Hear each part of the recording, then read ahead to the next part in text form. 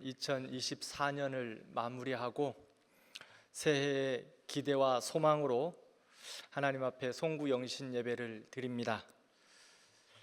오늘 찬양대의 고백처럼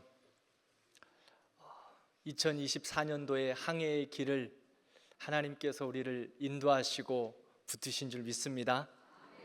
또한 2025년도도 우리의 부족함이 많고 우리 연약함도 많고 또 죄된 모습도 우리에게 참 많지만 주님께서는 여전히 우리를 바라보시고 포기하지 않으시고 인도하여 주실 줄 믿습니다. 그 주님께서 우리의 항해 가운데 방향키가 되어 주시고 인도해 주실 줄 믿습니다. 그분 꼭 붙잡고 믿음으로 새해를 맞이하며 그분과 함께 거친 바다 또 광야 같은 이 땅 믿음으로 걷고 또 걷고 항해하는 거룩한 우리 주의 백성들 되기를 축복합니다. 탄핵 정국과 불의의 사고로 인해 온 국민의 마음이 힘들고 염려도 참 많습니다. 주일에 말씀드린 것과 같이 우리는 개인의 일이든 공동체와 나라의 일이든 염려가 많아지면 그것을 기도로 바꾸어 기도를 더욱 많이 해야 합니다. 이것이 하나님의 사람들의 비밀입니다. 우리가 기도하면 하나님이 일하십니다. 하나님께서 우리나라를 불쌍히 여겨주시고 특별히 슬픔 가운데 있는 사람들을 위로해 주시기를 기도합니다. 송구 영신 예배를 드리며 빌립보서를 마무리하려 합니다. 빌립보서는 빌립보 교회를 향한 사도 바울의 편지였습니다. 지난주 살펴본 4장 9절까지 편지의 중요 내용은 마무리되고 10절부터는 성도들에게 그들이 보내준 선교 헌금에 대한 감사를 표하고 인사로 끝을 내고 있습니다. 그런데 사도 바울의 열정을 보면 감사의 말까지도 진리에 대하여 한 말씀이라도 더 전하고 싶어서 편지의 마무리까지도 진리의 말씀을 끝까지 전하고 있는 것을 편지하고 있는 것을 볼 수 있습니다. 오늘 말씀을 살펴보면서 2025년 새해를 능력 주시는 자 안에서 살아가는 은혜가 우리 주님과 함께 살아가는 은혜가 우리 모든 성도들에게 가득하시기를 축복합니다. 우리가 능력 주시는 자 안에서 살아가는 비밀이 무엇일까요? 첫 번째, 능력 주시는 자 안에서 살아가는 비밀은 자족함입니다. 자족함. 자족이라는 말은 충분함, 만족이라는 뜻을 가지고 있습니다. 외부의 환경이나 소유의 많고 적음에 영향을 받지 않고 만족한다는 거예요. 그러므로 마음의 평안을 누리는 것을 자족이다라고 말합니다. 바울은 지금 로마 감옥에 있습니다. 그의 형편은 궁핍함, 비천함, 목마름, 배고픔입니다. 그런데 바울의 고백은 자족한다라고 말씀합니다. 만족하는 감사의 삶입니다. 세상 사람들이 좀처럼 이해하기 어려운 것이 바울의 모습입니다. 바울은 소유와 환경 때문에 자족하지 않습니다. 그는 비천에 처할 때도 만족했고 풍부에 처할 때도 만족했습니다. 어떤 형편에 처하든지 만족하고 감사하며 살았습니다. 사람은 누구나 행복하기를 원합니다. 그런데 행복하기를 원하는데 많은 사람들이 행복하지 않게 살아갑니다. 왜 그럴까요? 만족하지 않습니다. 자족하지 않기 때문입니다. 인도네시아에서 원숭이 잡는 방법이 있습니다. 원숭이를 잡으려고 하면 상자 안에 원숭이들이 좋아하는 견과류를 그곳에 많이 넣어놓습니다. 그리고 그 상자에 원숭이 손이 들어갈 만한 구멍만 내놓습니다. 그러면 원숭이가 와서 상자 안에 손을 넣고 견과류를 마음껏 집습니다. 한 움큼 잡고 꺼내려고 하는데 손이 빠지지가 않습니다. 그 상자를 들고 갈 수도 없어서 낑낑대고 있습니다. 그때 사람이 와서 원숭이를 붙잡아 갑니다. 사람이 옴에도 불구하고 원숭이는 그 손을 펼치지 않습니다. 더 많은 것을 잡으려고 하는 우리의 모습은 아닌가 돌아보게 됩니다. 디모데전서 6장 6절 말씀을 보면 자족하는 마음이 있으면 경건은 큰 이익이 되느니라 라고 말씀합니다. 그런데 그 이후에 8절에서 9절 말씀을 보면 자족하지 않고 이생의 자랑으로 욕심에 빠지면 파멸과 멸망에 이르게 된다고 성경은 말씀합니다. 하나님의 은혜를 잊어버리고 허탄한 욕심이 생기면 욕심으로 인하여 죄가 낳고 죄가 장성하여 사망에 이르는 것입니다. 그러므로 자족하는 삶을 통해 경건한 삶을 살아가는 겁니다. 그렇지 못한 자들은 결국 파멸에 이른다 성경은 말씀합니다. 그럼 자족하기 위해서 어떻게 해야 할까요? 가만히 있는다고 자족할 수 있을까요? 그렇지 않습니다. 자족은 배우고 훈련해야 합니다. 수고해야 자족할 수 있습니다. 오늘 11절 말씀을 보면 어떠한 형편든지 내가 자족하기를 배웠다라고 말합니다. 12절에는 모든 일에 배부르며 배고픔과 풍부와 궁핍해도 일체의 비결을 배웠다. 자족을 위해서는 배워야 합니다. 바울은 자신의 삶에 여러 상황이 찾아올 때 그 속에서 자족하는 일체의 비결을 배웠습니다. 가난할 때는 가난한 대로 하나님이 주신 의도를 깨달았고, 부유할 때는 하나님께서 풍요한 것을 주신 뜻을 깨달았습니다. 그래서 하나님이 주시는 마음과 하나님의 주신 뜻을 깨달아 알아 배워가는 겁니다. 서두에도 말했듯이 사도 바울은 감옥에 있습니다. 고난입니다. 이것뿐이 아닙니다. 고린도 후서 11장을 보면 내가 수고를 넘치도록 하였는데도 불구하고 옥에 갇히기도 했다, 매도 수없이 맞았다, 여러 번 죽을 뻔했다, 강도의 위험도 만났다, 광야의 위험도 만났고 바다의 위험, 시험도 당했다, 수고하며 애썼다, 여러 번 자지 못하고 줄이며 목마르고 여러 번 굶고 헐벗었다 라고 자신에 대해서 말하고 있습니다. 누가 바울의 형편과 심정을 이해할 수 있을까요?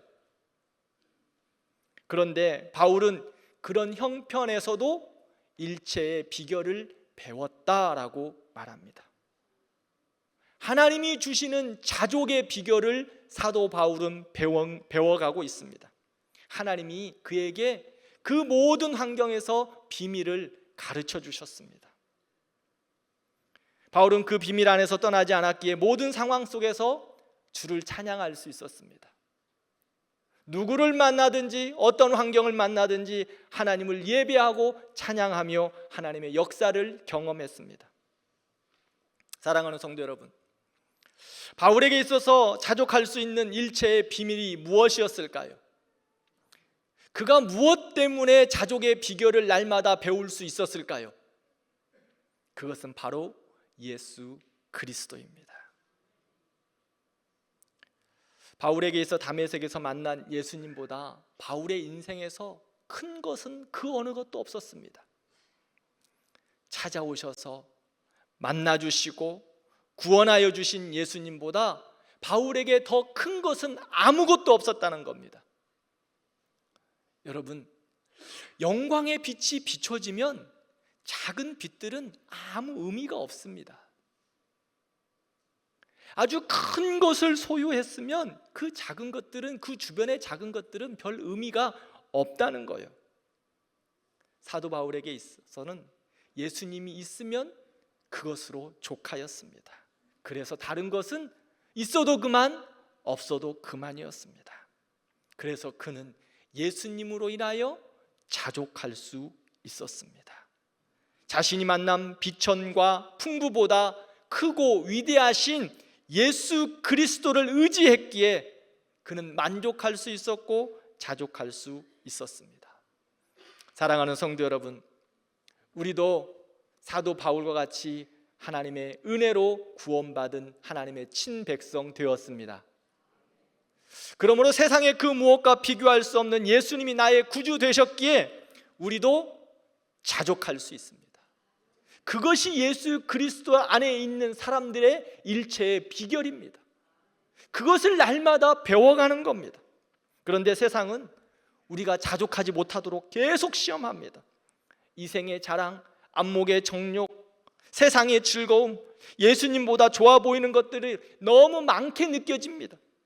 그래서 자꾸 넘어지고 경건에서 멀어지고 있습니다. 그래서 사도 바울은 이렇게 권면합니다. 디모데, 영적 아들인 디모데에게도 명령합니다. 망령되고 허탄한 신화를 버리고 경건에 이르도록 내 자신을 연단하라. 세상의 욕망과 욕심과 자랑 다 내려놓고 예수님 안에서 일체의 비결을 가지고 훈련해라 말씀합니다. 배워라 라고 말씀하고 있어요. 사랑하는 성도 여러분, 우리는 영적인 것을 배워야 합니다. 훈련해야 합니다. 그래야 예수 그리스도 안에서, 능력 안에서 자족할 수 있습니다. 경건에 이르도록 훈련해야 합니다. 훈련이라는 것은요, 매일매일 반복하는 겁니다. 그렇지 않으세요? 군대에 다녀오신 분들 잘 아시죠? 훈련은 매일매일 반복입니다. 전쟁은 일어나지 않음에도 불구하고 어쩌다 나올 수 있는, 발생할 수 있는 그 전쟁의 시기를 두고 끊임없이 훈련하는 겁니다. 저는 28개월 군 생활했습니다. 우리 어른들은 거의 36개월 하셨죠? 36개월 더 하시고 저희 아버지 세대는 5년을 하셨다고 하시더라고요. 그런데 전쟁을 경험하셨습니까? 아마 전쟁을 경험하신 분들도 계시지만 지금 거의 대부분 전후 세대이시기 때문에 전쟁을 경험하지 않았지만 전쟁이 있을 거를 생각하고 끝까지 훈련하는 거예요. 매일매일. 사도 바울은 우리에게 이야기합니다. 그리스도의 그 나를 바라보면서 세상의 욕망과 욕심들 버리고 경건에 이르기를 끝까지 훈련하라고 말입니다. 맥스웰 몰츠라는 의사가 그의 책에서 21일의 법칙이라는 것을 주장하고 있습니다. 무슨 말이냐? 어떠한 특정인 습관이나 행동이 몸에 익힐 수 있는 시간이 21일이라는 거예요. 그래서 21일 동안 어떠한 습관, 어떠한 행동을 몸에 익히기 위해서 계속해서 반복하라고 말하고 있습니다. 개인의 차이가 있겠지만 꾸준히 지속적으로 노력하면 몸에 익힐 수 있습니다. 사랑하는 성도 여러분, 우리 성도들이 새해에 자족할 수 있는 은혜가 있기를 기도합니다. 우리 학생들 내비두세요. 저 신경 안 쓰니까 여러분들은 저만 보시면 돼요.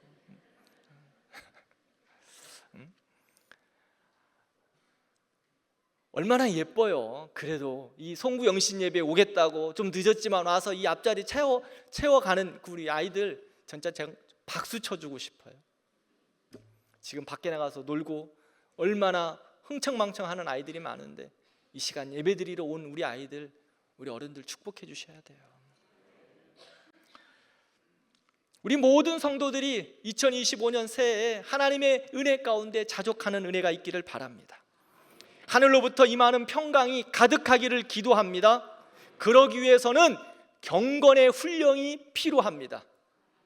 그리스도 안에서 주님께서 주시는 그 자족의 은혜를 얻기 위하여 일체의 비밀을 배워야 합니다. 그것은 훈련을 필요해서입니다. 우리 교회는 새해에 매일의 경건의 훈련을 위하여 2가지를 시작합니다. 무엇을 시작하죠? 365일 성경 읽기. 그 다음에 2번째는 100대 기도. 100대 기도 제목을 가지고 주일 월화 수목금토 매일매일 기도합니다. 기독교인에 있어서 가장 기초적이고 근본적인 일입니다. 그러나 우리를 하나님의 사람으로 세우는, 그리고 세상을 이기는 가장 능력 있는 것입니다. 그래서 그 일을 이루는 것이 얼마나 어려운지 몰라요. 성경 365일 읽는 거 뭐 이 정도쯤이야. 나 90일 성경 통독도 했는데 365일 이거 못 하겠어? 아니요. 90일보다 365일이 더 힘들 겁니다. 마귀가 이것을 못하도록 수많은 방법을 동원해서 우리 성도들의 성경 읽는 것을 방해할 거예요. 그러나 사랑하는 성도 여러분, 훈련하셔야 합니다. 훈련은 끊임없이 노력해야 되는 겁니다. 시간을 정하고 마음을 정하고 끝까지 감당하는 거예요. 하나님의 사람으로 경건에 이르도록 우리가 말씀으로 연단되어야 합니다. 그래서 하나님의 역사를 우리의 것으로 이끌어내는 귀한 은혜가 있기를 축복합니다. 그리고 두 번째는 100대 기도 제목이죠. 제가 지난주에도 말씀을 드렸습니다. 기도는 영혼을 살리고 가정을 살리고 교회를 살리고 나라를 살려내는 하나님의 백성들의 비밀 병기입니다. 하나님이 주시는 하나님의 백성들의 비밀 병기, 숨겨진 비밀 병기예요. 세상과 싸워서 이길 수 있는 비밀 병기, 마귀와 싸워서 이길 수 있는 비밀 병기. 그러므로 우리는 자족할 수 있는 하나님의 능력으로 살아갈 수 있도록 하나님의 말씀과 기도로 훈련되어지는 우리가 되기를 기도합니다. 그래서 말씀과 기도로 우리 성도들이 2025년 새해에는 자족하는 은혜가 넘치기를 축원합니다. 두 번째, 능력 주시는 자 안에서 모든 것을 할 수 있습니다. 예수 그리스도의 능력 주신 안에서 우리는 자족할 수 있고 예수 그리스도의 능력 안에서 우리는 모든 것을 할 수 있습니다. 13절에 말합니다. 내게 능력 주시는 자 안에서 내가 모든 것을 할 수 있느니라. 바울이 말한 모든 것이 무엇일까요? 가장 기본적인 삶의 욕구에서부터 시작해서 넘치는 배부름과 풍부에 이르는 것까지 이르는 삶에 있어서 모든 것을 말하고 있습니다. 또한 가장 낮은 모습까지 내려갈 때도 있었고요, 가장 좋은 모습에 이를 때도 있었습니다. 그런 모든 환경을 또한 모든 것이라고 말합니다. 그런데 사도 바울이 이 모든 환경과 욕구와 삶의 모든 것에서 가능할 수 있었던 비결이 무엇일까요? 그 모든 것을 이루고 나갈 수 있었던 비결이 무엇일까요? 그것은 능력 주시는 자 안에 있었기 때문입니다. 바울은 예수 그리스도 안에서 그분을 의지함으로 그분이 주시는 능력으로 그렇게 사는 것이 가능하다 말하고 있습니다. 오늘 항해자라는 제목으로 찬양을 들었죠. 2024년도에 항해를 우리는 했습니다. 또한 2025년도도 항해를 해 갈 겁니다. 한 번도 가보지 않은 낯선 길을 걸어갑니다. 한 번도 가보지 않은 망망대해와 같은 길을 우리는 떠나고 있습니다. 여러분, 잘 가실 자신 있으십니까? 바르게 갈 자신 있으십니까? 하나님께서 여러분들의 삶을 인도해 주실 줄 믿습니다. 그분 안에 있으면 모든 것을 할 수 있습니다. 그분 안에 있을 때, 즉 오늘 찬양의 고백처럼 그분을 의지할 때 하나님은 우리를 절대 포기하지 않으십니다. 우리의 방향키가 되어주셔서 우리를 가장 안전하게 인도해 주실 줄 믿습니다. 우리가 시험과 어려움과 눈물이 있을 때 우리를 보호하여 주실 줄 믿습니다. 이 모든 것들에 능력 주시는 자 안에서 우리는 할 수 있습니다. 여기서 말하고 있는 능력, 이 능력은 무슨 말씀일까요? 능력 주시는 자라고 말하는 이 능력, 다이너마이트의 폭발과 같은 것을 말하고 있습니다. 이것이 바로 예수 그리스도의 능력입니다. 우리를 향한 하나님 아버지의 마음임과 동시에 우리를 인도하시고 우리를 책임지시고 우리를 이끌어주시는 하나님의 능력을 말씀합니다. 여러분, 능력 주시는 자가 누굴까요? 예수 그리스도. 사도 바울의 고백처럼 능력 안에서, 능력 주시는 자 안에서 모든 것을 할 수 있습니다. 2025년도 망망대해와 같은 길을 걸어가지만 우리는 능력 주시는 자 안에서 하나님의 주시는 그 은혜대로 모든 것을 감당할 줄 믿습니다. 고린도후서 12장을 보면 나는 능력이 약한데 온전해졌다라고 고백합니다. 내가 약할 그때에 강함이다, 성경은 말씀합니다. 우리는 어떻습니까? 약합니다. 연약합니다. 그런데요, 우리 주님이 함께 하시니, 우리 주님의 능력이 나와 함께 하시니 약한 데서 온전해지는 겁니다. 약한 데서 강해지는 겁니다. 왜 그렇습니까? 예수 그리스도가 우리와 함께 하시기 때문입니다. 예수님이 우리와 머물러 계시기 때문입니다. 그러므로 하늘의 능력이 나의 능력이 되는 겁니다. 주님의 능력이 나의 능력이 되는 겁니다. 우리 안에서 역사하시는 성령님의 능력이 나의 능력이 되는 겁니다.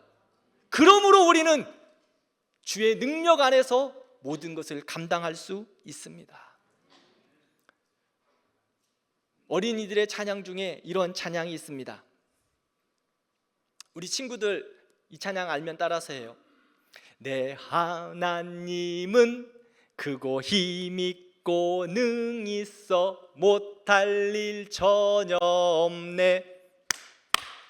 내 하나님은 크고 힘있고 능히 있어 못할 일 전혀 없네.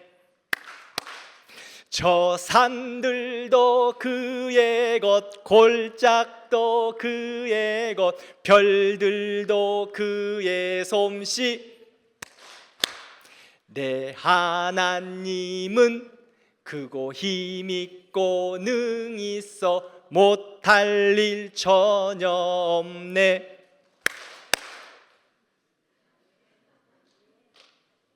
내 하나님은 크고 능히 있고 능력이 있으셔서 못할 일이 없습니다. 전지하시고 전능하신 분입니다. 그분이 우리와 함께 하십니다.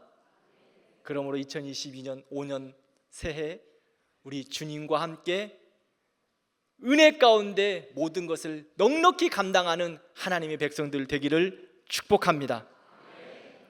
새해 능력 주시는 자 안에서 모든 것을 감당해가는 은혜와 복이 우리 성도들과 가정과 이 나라와 민족 가운데 충만하기를 기도합니다.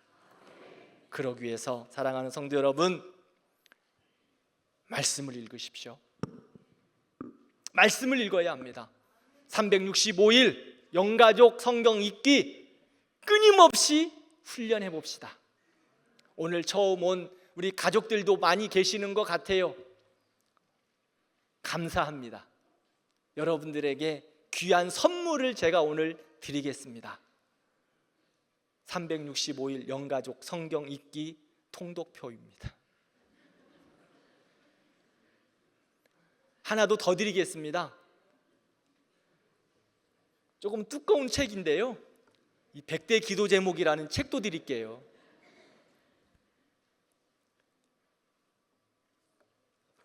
이것으로 말씀 열심히 읽으시고 이것으로 열심히 기도하면 주 안에서 여러분들이 2025년이 가장 복된 새해가 될 줄 믿습니다. 같이 기도하겠습니다.